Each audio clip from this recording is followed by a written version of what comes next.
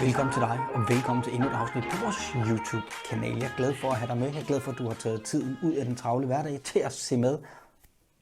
Til at sige at snakke lidt med mig, men i hvert fald høre lidt på mig og mine guldkorn, forhåbentlig guldkorn, og hvad jeg har at sige inden for kost, træning og sundhed, som er det handler om her på vores YouTube-kanal. Mit navn er Jesper, den ene halvdel af træningsuniverset, og jeg glæder mig til at tage dig igennem et rigtig vigtigt emne i dag. Nærmere bestemt mere vores et mind-emne, om man vil.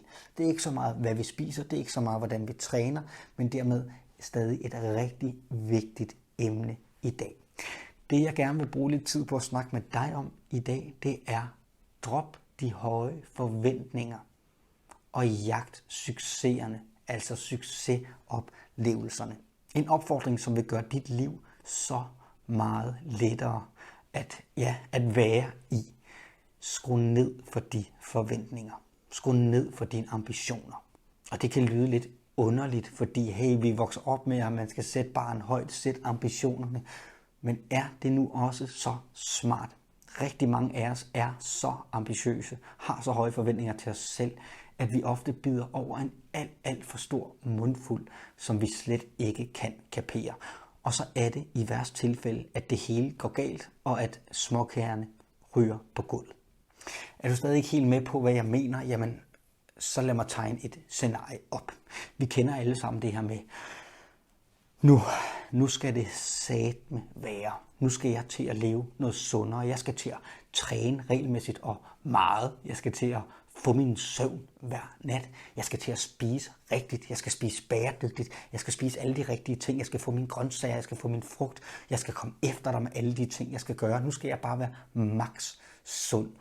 All in, god energi, som sådan ikke noget vejen med, men virkelig all in på alle ambitionerne.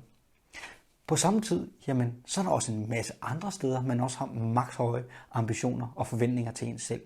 Man skal klare det godt på sit arbejde, man skal give den gas og være en god kollega, en chefen godt kan lide, fordi man laver sine opgaver til tiden. Man skal være en god kollega, man skal være en god ven, man skal være en sindssygt god forældre. Man må ikke skuffe sine børn. Sine børn skal ikke være for længe i institutionen, man skal nå at hente dem, man skal være meget sammen med sine børn, man skal bruge masser af tid med sine børn, men man skal også være en god mand eller kone, man skal også prioritere manden og konen.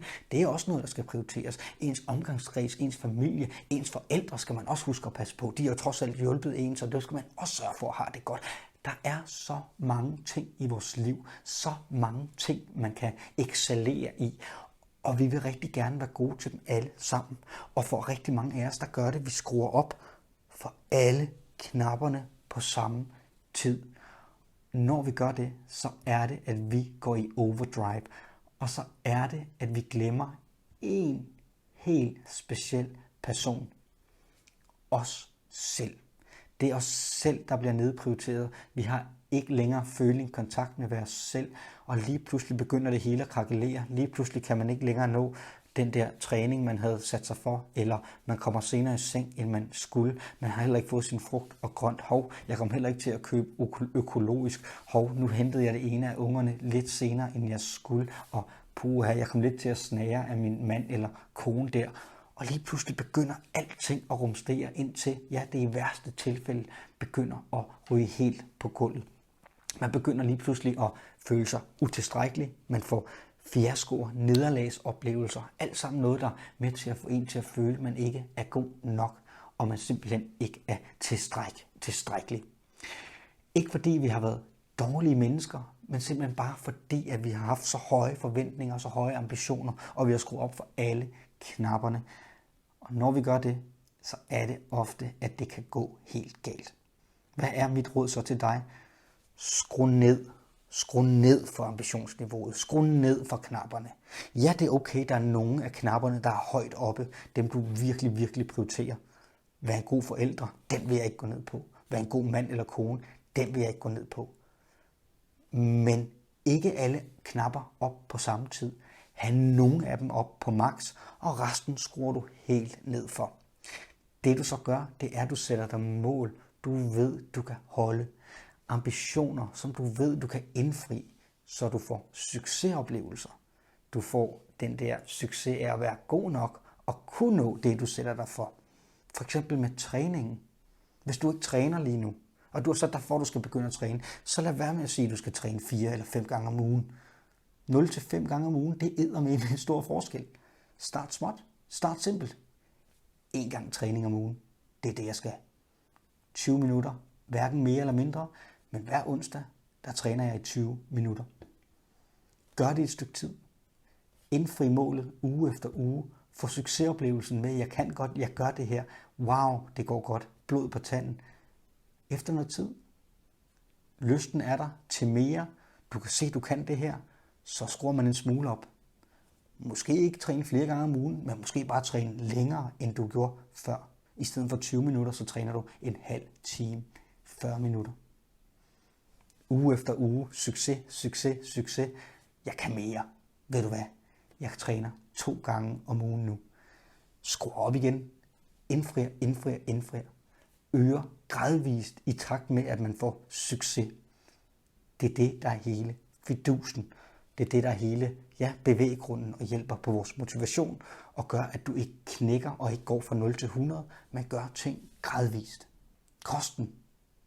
Ja, jeg skal spise mere sundt. Ja, jeg skal gøre meget mere. Hvad skal jeg konkret gøre? Jeg skal spise mere frugt og grønt. Jeg får ikke noget frugt og grønt. Jeg er dårlig til at spise mine frugt og grøntsager i løbet af dagen. I stedet for at sige, at du skal til at begynde at spise 6 æbler om dagen, så start med at sige 1 stykke frugt hver dag. Det er det, jeg skal. 1 stykke frugt. 1 stykke valgfrit frugt. Indfri. Succes. Jeg kan mere. 2 stykker frugt. Wow, det lykkes også. 2 stykker frugt og 2 gulerødder. Gør det stille og roligt, gradvist. Søvnen. Du går måske i søvn kl. 12 hver nat. Du skal have mere søvn. Du får ikke tilstrækkeligt med søvn. Hvad gør du så? Det farlige vil sige, jeg går i seng kl. 12, nu skal jeg i seng kl. 10 hver dag. Det er lige pludselig 2 timer, du fjerner fra din dag, som du ikke har været vant til. Det er også et stort skridt. Tag det stille og roligt. Jeg starter med at gå en halv time tidligere i seng. 11.30, halv 12, der går jeg i seng. Succes. Klokken 11, der går jeg i seng. Succes. Halv 11. Klokken 10. Målet nået, målet indfriet. Men det er ikke så indgribende, det er ikke en voldsomt indgribende ting, du gør. Det er noget, du stille og roligt skruer på, så du nærmest ikke engang mærker den implementering, du har lavet, fordi den er så lille, men du får succeset, og du får den der gode oplevelse ud af det, og lysten til mere. Så skru ned for de ambitioner. Skru ned for nogle af knapperne. Der er ikke noget galt med at være ambitiøs, men tænk over at have tålmodigheden med i det her, og have dig selv med i det her, og lad være med at gabe over for meget på én gang. Sæt nogle lette ambitionsniveauer. Skru gradvist op over tid, og så vil du opleve, at du faktisk godt kan have rigtig mange knapper op på max, men det er noget, der skal komme løbende, så du tilvender dig til den øgede mængde aktivitet, om du vil, eller tiltag, der er i dit liv. Langsomt, gradvist, sikkert. Jeg håber, du kan bruge det her til noget. Jeg håber, det er noget, du vil tænke over, og det er virkelig noget, jeg selv tænker meget over i mit liv, og noget, der virkelig har gjort mit liv lettere, det der med ikke at være alt for ambitiøs, men bare at vide, tålmodighed er vejen frem. Gør det stille og roligt, implementer det, således at det ikke bliver for en stor omvæltning for ens nuværende livsstil, men noget, der kommer gradvist. Tusind tak for i dag. Fornøjelse og få lov til at snakke lidt til dig, og jeg er taknemmelig for, at du har taget tiden ud af din hverdag for at sidde her, eller for at se med og lytte med. Tusind tak for det. Der er ikke meget andet at sige. Husk at subscribe på kanalen, og så er det bare på gensyn til næste gang om en uge til et nyt spændende emne her på vores YouTube-kanal. Tusind tak for dig og din tid.